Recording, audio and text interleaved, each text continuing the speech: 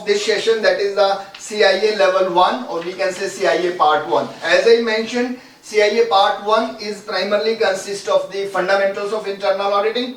It consists of various units. So we will be starting with the first unit, that is the foundation of internal auditing. Foundation of internal auditing. In this chapter we will be understanding what are the basic fundamentals of the internal auditing, and then there are the certain various subtopics which we will be discussing one by one. So let's start with the first, that is the applicable guidance. So applicable guidance, we have to first understand, before we discuss about the particular applicable guidance given by the IIA, we have to first understand what is an applicable guidance for any of the profession, right? So if you are a doctor, if you are a lawyer, if you are a medical practitioner, or you are a chartered accountant, or you are an internal auditor, there is normally an institute which drives this profession, right? So the Institute of Internal Audit drives the entire profession of internal auditing, and they have, and in such kind of the organization, every organization has published certain rules and regulation, I can say, right? The rules and regulation which all of their members are supposed to follow, or anyone who is working in that area is supposed to follow, right? So similarly, Institute of Internal Auditor has also issued a framework that is known as IPPF, that is International Professional Practices Framework. Means, and who are the professional here? The internal auditors, right? So it is a framework, it is a guidelines, it is a set of rules, we can say, and it is applicable whenever you are practicing, whenever you are doing that particular task of what? Applicable to all of the professionals of internal auditing, right? Professionals of internal auditing. When we say about international, means these standards, the point which are mentioned in the IPPF are applicable across the globe. It is not limited to any particular country, right? Some of the students feel that like IIA is Institute of Internal Auditor, that is based out at US. They have issued this IPPF. It means the IPPF may be applicable only to US. No. It's an international professional practices framework. Hence it is applicable across the globe, right? So this is what we have to understand. Now, as I mentioned, CIA certification is governed by the Institute of Internal Auditors, right?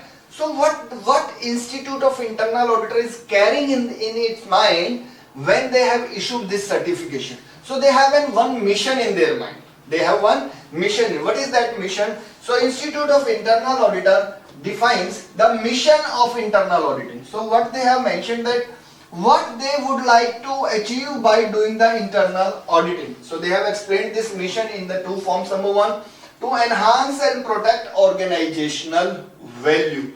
To enhance and to protect organizational value by providing risk-based and objective assurance, advice and insight. Now this seems to be a single line only, but it consists of various concepts, right? Which we will be understanding in the time to come. But let's talk about it. Now, first of all, we have to understand what is the organizational value. Organizational value means why that particular organization exists, what they actually want to do. For example, there is a company who are providing the goods, who are selling the goods. So their primary intent may be to achieve more and more profits, right? There can be another non-profit organization. Their main intent may be to provide the social service, to provide the social service. That can be one of the objectives. So when you achieve these kind of objectives, we call it you are creating the organizational value. Organizational value. So internal auditor is also supposed to enhance. Every organization carries certain organizational value. Some may be having on the lower side, some may be having it on the higher side. But an internal audit mission is to enhance that particular value and to protect that value. Whatever the value the organization is carrying, the internal auditor used to protect that. Whatever the value you right now have, at least you should have that value. And effort is to enhance that value, right?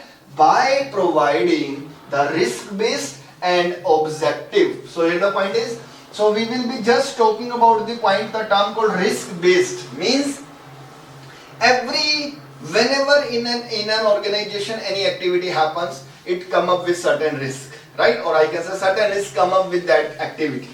Now the organization may be having hundreds of the risk, right? For that the organization needs to put certain focus, but it doesn't mean that the organization will be putting the equal effort for every risk, right? It's not practically possible, right? So for that, what the organization do, they actually try to categorize the risk.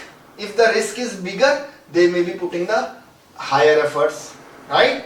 If the risk is lower, then they may be keeping the lower efforts. So the internal auditor also used to use the term called risk based, means they will be evaluating the various risks and basis the severity of the risk, they will be putting their efforts. Number one. Number two, objective. Objective means they will be providing an independent, they will be providing the assurance which is objective in nature. Now the second thing is that internal auditors are supposed to provide, number one, assurance. As I mentioned, whatever the work are done by others, the internal auditor is supposed to provide the assurance that okay, this thing is right, this thing is wrong, something like this. Internal auditors are also supposed to provide the advices. As I mentioned, whenever the employee feels stuck, the internal auditor are supposed to provide the advices. This is what you can do, these are the different ways you can go forward, this is the way how you can manage your risk and everything. And insights as well. When we say about insights, it is primarily related to the new technology, new risk which are coming up in a particular geography or maybe coming up in particular industry as well, right? So the internal auditors are supposed to provide the assurance, advice and insight. So this is the mission. This is the objective of internal auditing, we can say, right? And how this objective can be achieved. So this is what is mentioned here.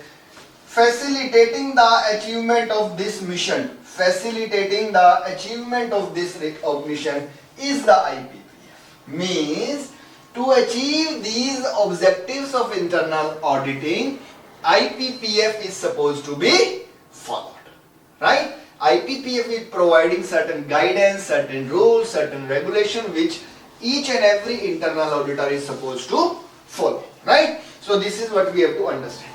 So moving on to the point when we say about IPPF. So guys, this is the actual IPPF. This is the entire framework, or we can say set of standard, or we can say set of guidelines which AiA has issued, right?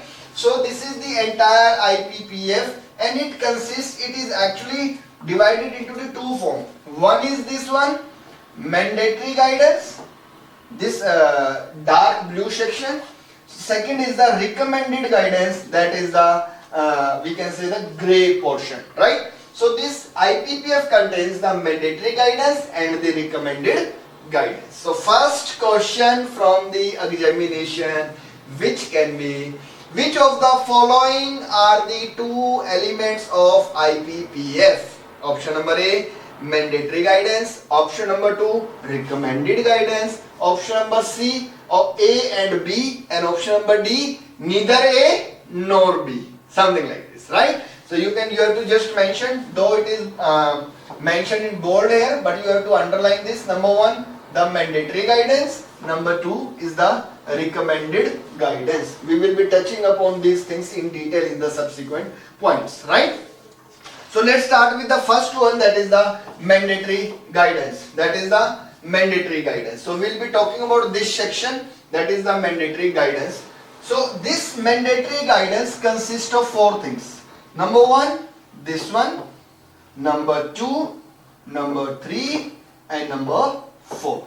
So we will be discussing about all of these 4 points in detail in the next points, right? So let's start with the, first of all, let's discuss about the mandatory guidance. What is the meaning of this mandatory guidance? Before we touch upon the particular elements, what is this mandatory guidance? Means the IPPF has given certain kind of the guidance, and those guidance have been divided into two forms. One is mandatory, as its name itself suggests. These are the guidance which each and every internal auditor is supposed to follow. Right? These are mandatory in nature, as its name itself suggests. Second is recommended. These are the guidance which the institute has given as the recommendation. If it suits you, if it suits your organization, if it suits your environment, if it suits your regulatory requirement, it is good to go. You can implement these guidance. Otherwise, you can simply forget about this. Right? Some of the recommended guidance may not be applicable to you. Right? For example, the one of the recommended guidance is for the third party risk assessment, while your company is not taking any kind of the third party service. So hence that will not be applicable to you.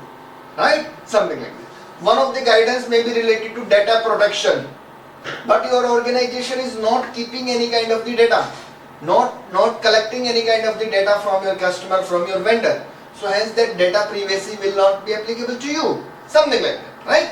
So the recommended guidance, number one, they may be applicable to you or not, depending upon the nature of your services, nature of the activities which your organization is doing. Second, the particular recommended guidelines may be restricted in your jurisdiction, may be restricted by your governmental rules and regulation.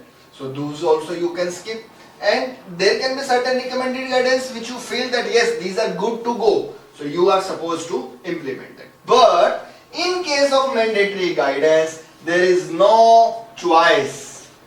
Each and every internal auditor across the globe is supposed to follow it, supposed to adhere to it, right? So the mandatory guidance, as we discussed, it consists in the four elements. Number one is the principle, second is the definition, third one is the code of ethics, and then the fourth one is the standard. We'll be talking about all of these elements in the subsequent points, right?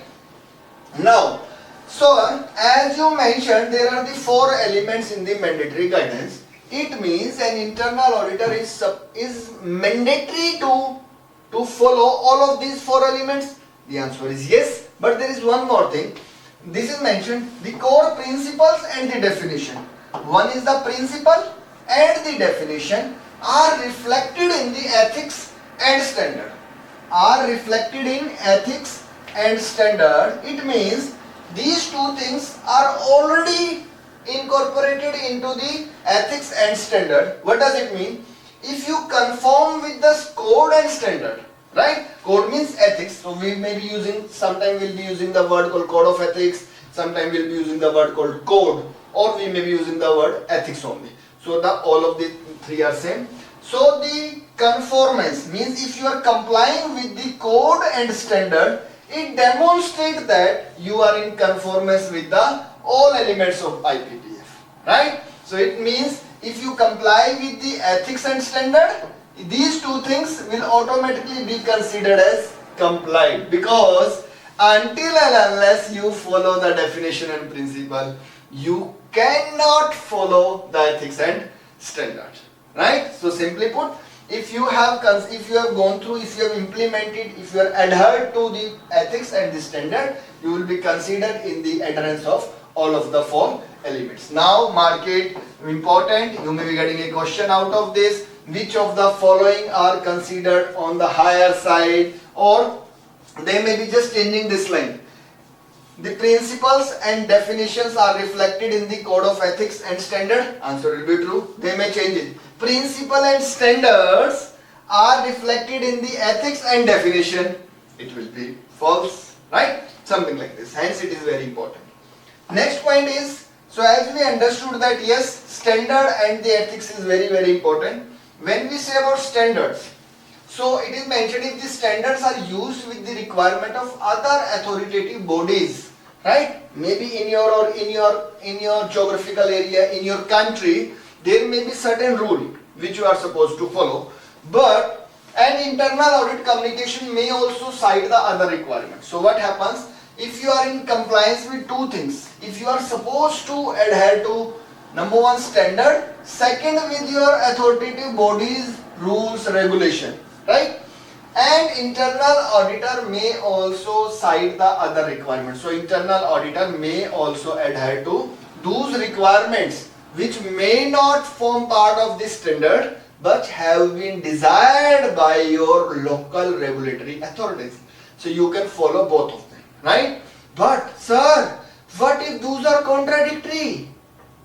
Right? This is what is mentioned. But if the standard and the requirements are inconsistent, internal auditor must confirm with the standards. Means these standards are over and above your local regulatory regulations, right? And so it is mentioned, if this is the situation when there is inconsistency, the internal auditor must conform with the standard and may conform with the other requirement if they are more restrictive. If you feel that yes, the other requirements are more restrictive, you can follow others as well, but the standards must to be followed. Right? Clear? So this is again a very important from the examination point of view. Moving on to the next point, so let's discuss about these elements one by one. First element is the principle. So the core principles of internal auditing, right? The core principles are the basis of internal audit effectiveness. These principles will actually evaluate how effective you are conducting the internal audit, right? The internal audit function is effective if all principles, guys, note it down, all principles, not most of them, no, a big no, it's not most, it's all principles are present and operating effectively. The following are the 10 principles. So there are certain 10 principles which are mentioned. First one is demonstrate integrity. An internal auditor is supposed to demonstrate integrity while he or she is performing the internal audit task. Second is demonstrate competence and due professional care. An internal auditor is supposed to be competent in performing its day-to-day activities. The internal auditor must have that care in mind while they are performing the internal audit activity. Is objective and free from the undue influence. If the person should be objective, there should not be anything which is actually putting an internal audit in such a situation that he is not taking his objective decision, but he is giving the other things more importance. No. Free from the undue influence, the internal auditor should not be under the influence of anyone, right? For example, you have drafted an internal audit report, and your CFO is saying, remove this observation from the audit report. No, you are not supposed to be under influence of any of the person in the organization, right? Align with the strategy, objective and risk of the organization. Yes, internal auditors are supposed to be in line with the strategies, objective and risk of the organization. I'll just give you an example of it. For example, you might have seen the many startup companies used to provide various free of cost bonuses, free of cost, services to their customer, to their vendor also. Let's take an example of a company providing the cab services, right? For example, it's an Ola or Uber. So in the initial days, what those companies did, they were providing huge coupons to the person who are willing to book a cab over Ola or Uber, and they were also providing the high incentives to the drivers as well, the persons who are investing into these companies. So at that point of time, you are feeling that why the company is wasting so much of money, right? So you cannot draw an observation that the companies are just throwing the money and just wasting the money of investors.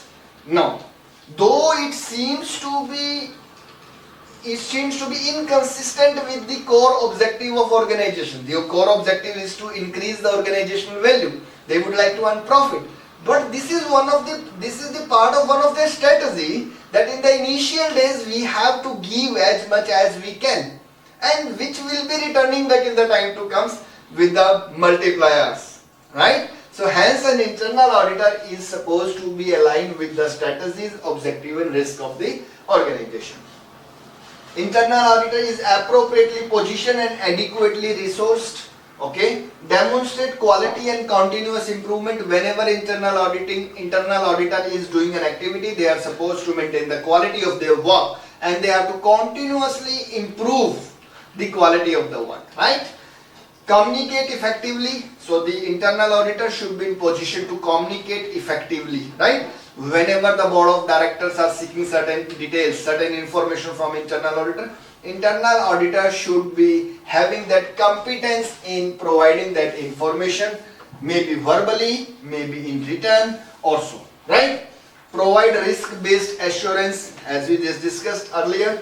Is insightful, proactive and future focused. You cannot just do the post-mortem of the activities. You are supposed to think beyond the future, right? So that you can actually understand whether the organization and its employees are doing things right or not. Promote organizational improvement. As we just mentioned, internal auditors are supposed to enhance and protect the organizational value, right? So these are the certain principles which are given as per the IPPF. Sir, what is this competence? Sir, what is this integrity? What is this professional care? You have just mentioned professional care. We are not aware about what is professional care, right? Nothing to worry, my dear friend. We will be touching upon these points in the subsequent slides in detail, right? We will be spending so much time on these words called integrity, competence, care, undue influence and all these things, right? So you just have an idea that these are the part of the principles, but yes, we will be talking about these terms in detail, right? Now, how the question is supposed to become in the examination. So they may be giving you one of the principle and maybe asking which of the following is not one of the principles as per the AiA core principles, IPPF core principles. They may be giving you one of the principles in the options and maybe which of the following is one of the principles as per the core principles of the IPPF, right? So this is what we have to understand. And one important thing I am again reiterating to all of you is that these principles, even not limited to principle, but all of the elements of IPPF are not limited to US only, as these are the part of international professional practices framework. These are applicable across the globe, right? So these are the 10 principles which we have understood. All of you are supposed to go through it and remember it. As I mentioned, the question will be coming, which of the following is not one of the principles, which of the following is one of the principles, right? Okay, moving on to the next point, that is the second element of mandatory guidance, that is the definition. Which definition? Definition of what? Definition of internal auditing, right? As you are going to become certified internal auditor and you will be the person who will be conducting the internal audit in our organization, you must aware about the term called, you must aware about the right definition of internal auditing, right? And also, the moment you will be going for the interview in any organization and you will be saying, myself is this one and I am a certified internal auditor. Then maybe the first question to you, can you please explain the meaning of internal auditing?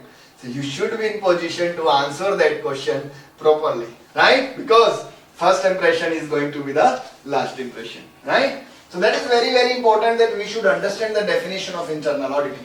So this definition consists of the 3-4 lines. We have to understand this definition in detail, right? So what this definition says, internal auditing is an independent, right? Independent means it is free from the management. It is free from the other employees of the organization. And what is the literal meaning of independence? We will be understanding in the next point. Sir, for everything you are saying, we will be discussing in the next point. Yes, dear, because there are the detailed chapter on this particular word. Hence, I am not explaining it right now. But yes, we have to understand the internal auditing should be an independent. Just to give you an idea, when we say about independent, means internal auditor are not supposed to report to management, right? They are reporting to the board of directors of the company, right? So that, because what you are doing, you are assessing the work done by management, You are not only assessing the work done by the security guard, by your cashier, by your purchase person. No. You are auditing the work done by each and every employee of the organization. It consists of CEO, CTO, CIO and CHRO. Everyone's. Right? So if you will be reporting to these person, you will not be independent and they may ask you to do certain unethical activities. Right? Hence it is very important that the internal auditor is an independent. So hence it is mentioned this activity is an independent, objective, it should be free from error, it should be free from biasness and everything. Objective, we provide the assurance services, we do the testing part we can say, and we also do the consulting part. We hold their hands and provide them the guidance. What? Why? Why we are doing all these activities? To add value, right? If I remove everything, what I will be mentioning here, to add value. This is gonna be the very important point. To add value and improve an organization operations. It helps an organization accomplish its objective. Whatever the objective the organization is carrying, it helps by bringing a systematic, disciplined approach to evaluate. Again, your task doesn't work on performing the testing. You are also supposed to improve the effectiveness of the risk management, control and governance. We call it GRC practices, governance, risk management and control. An internal auditor is supposed to be the subject matter expert of the governance, risk management and control, considering the global best practices. So hence, whenever the organization face any trouble in implementing the GRC practices, the internal auditor is supposed to handhold and guide them, train them, promote them, right? Because we are providing the consulting activities as well. Again, this governance, risk management and control, there is a dedicated chapter in the level 1. We will be talking in the subsequent sessions, right? Clear? So this is the definition of the internal auditing. In simply put, what we do, we are supposed to be an independent, we are supposed to be objective in nature. We always put our best efforts to improve, to add values and to improve the effectiveness of the organization operations towards, or we can say by bringing a systematic approach in the field of governance, risk management and control. Clear? So this is what we have to understand. The ultimate point in the entire definition of internal auditing is, they may be giving you, again question point, they may be giving you various points. What is the ultimate purpose of internal auditing? They may be giving you option number 1, A, B, C, D. But one of them is the to add value. To add value. By any way you are supposed to add values. So if you are finding an option with the word called to add values, that is the correct answer. You are supposed to tick it. Right? Very good. Moving on to the next element of the mandatory guidance, that is the ethics one. Ethics, again there is a detailed chapter over the ethics, we will be talking later. Now the last one is the standard. Fourth one is the standard. When we say about standard, so what is the standard? As I mentioned, these standards, earlier it was known as, it is formally known as International Standard for Professional Practices of Internal Auditing, or we may be simply using the word called standards, right? So what is the standard? Standard serves the following 4 purposes, right? Why these standards have been drafted? Because it carry the 4 purposes. What are those purposes? Number 1, guide adherence with the mandatory elements of IPPF.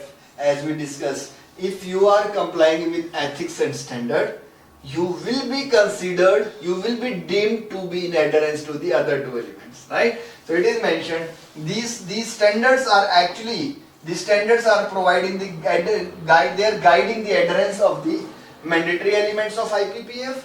It provides a framework for performing and promoting a broad range of value-added internal auditing services. So these standards are also providing the very framework.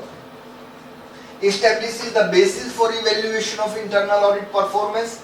Then these standards will also give you an idea, will also give you certain evaluation aspects by which anyone can actually test whether the internal audit activities in your organization are up to date or not, are accurate or not, are exhaustive or not, complete or not, right? So they are also providing the evaluation criteria.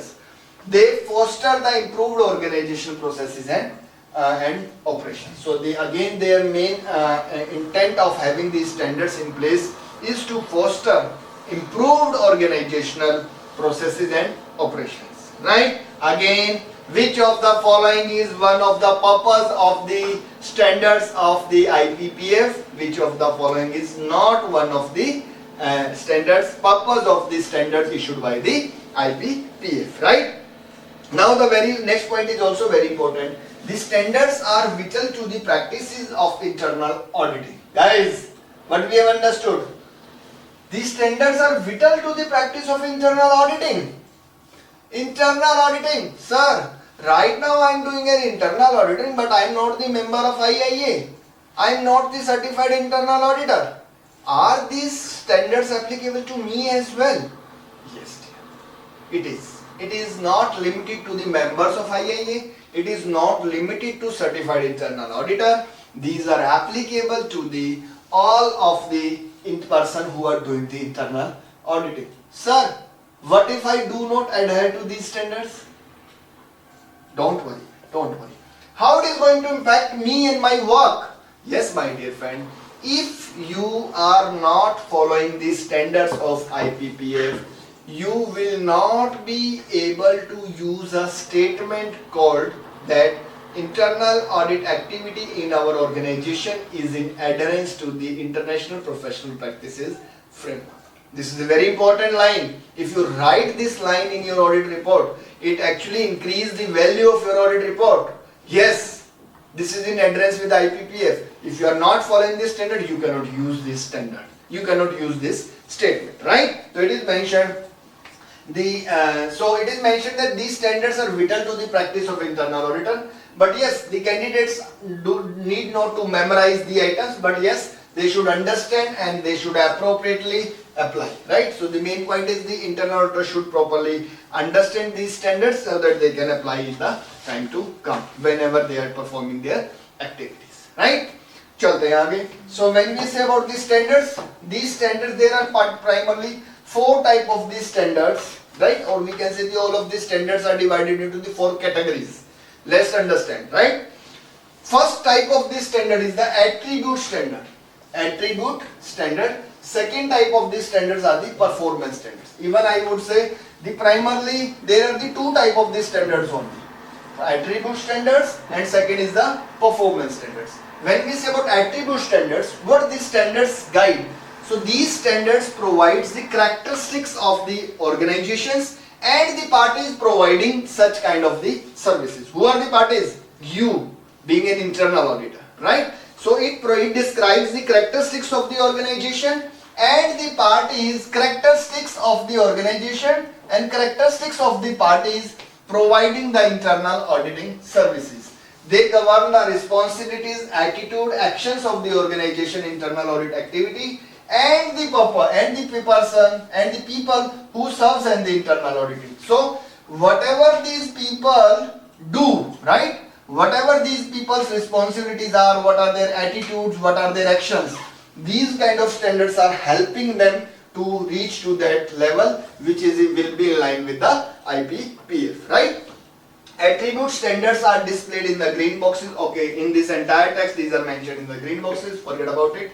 So what is the main thing we have understood in the attribute standard? That they are providing the characteristics. What are the key features which an internal auditor should possess and with what an entire internal department should carry, right? Second is the performance standards. So it is limited to the characteristics. It is limited to the characteristics, while the performance standards are guiding or describing what is the nature of internal audit activity and provide the quality criteria for evaluation of internal audit performance. Or simply put, it is saying attribute standards are providing the characteristics of the auditors and these are providing the characteristics of the audit activity. Means whether you have done the activity properly or not, whether you have conducted the internal audit properly or not. So these standards will provide you, guide you that how to conduct that particular activity, right? So this is limited to the persons who are doing it. This is limited to what they are actually doing, right? Clear? So these are the two standards, attribute standards and the performance standards. Next are the interpretations. So all of these standards carry certain kind of the interpretations which explain what is the clean meaning, what is the ultimate meaning of these standards, right? Detail about these standards, because in the standard you may be having one particular line only, but some of you may be interpreting it in one way and others may be interpreting it to the another way. No. So the institute has also given the interpretations.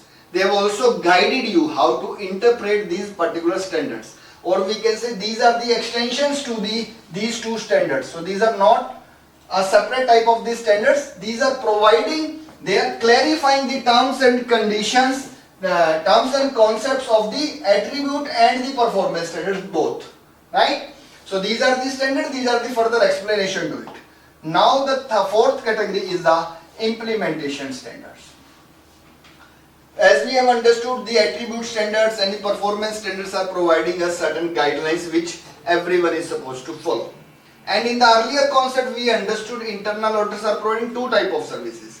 One is the assurance services, second is the consulting services, right? Again we will be talking about in detail what is the assurance, what is consulting in the subsequent points. So whenever you are conducting an assessment objective, whenever you are doing an assurance engagement, how to apply these standards, and whenever you are doing a consulting activity, how to apply these standards, these two thumbs are mentioned here in the implementation standard, right? So number one, when we say about the category of standards, these are primarily two, attribute and performance. Further interpretations are there, and how to apply these standards in case of assurance and in case of consulting, these standards are providing you that guidance, right? So again these are displayed in the grey boxes. No worries, we'll be discussing later on. Clear? So this is about the mandatory elements. We started our journey with the core principles, then we discussed about definition,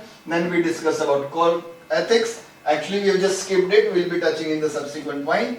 Then we discussed about the standards, right? So by this way we have completed this section of mandatory guidance.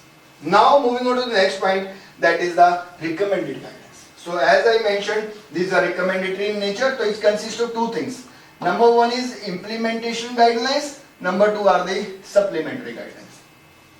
Like in the interpretation, we understand these interpretations are giving us more detail about this standard, but these implementation guidelines are giving us the ways to implement these standards. All of the above four standards, how to implement these standards, these are the guidance which are mentioned here. Now, but as these are recommended guidance, you can choose not to opt this, right? Then you can apply your own method. You can apply your own methods how you are going to implementing these standards. But yes, institute has also given you certain implementation guidelines how these standards are needs to be implemented. Second is the supplementary guidelines. Supplementary guidelines means, again, time to time your institute used to issue various guidance whenever they notice any kind of the new risk, whenever they understand any new scenario. So they used to issue various guidelines. So the institute have been issuing these guidelines since decades now. So these guidelines are considered as supplementary, again, and the recommendatory in nature, right? Clear? Understood? So by this way we have discussed about the mandatory elements and the recommended guidance of the IPPF, that is the International Professional Practices Framework. Clear? I hope it is clear. In the next point we will be talking about the what are the authorities, purpose and responsibility of internal audit activity.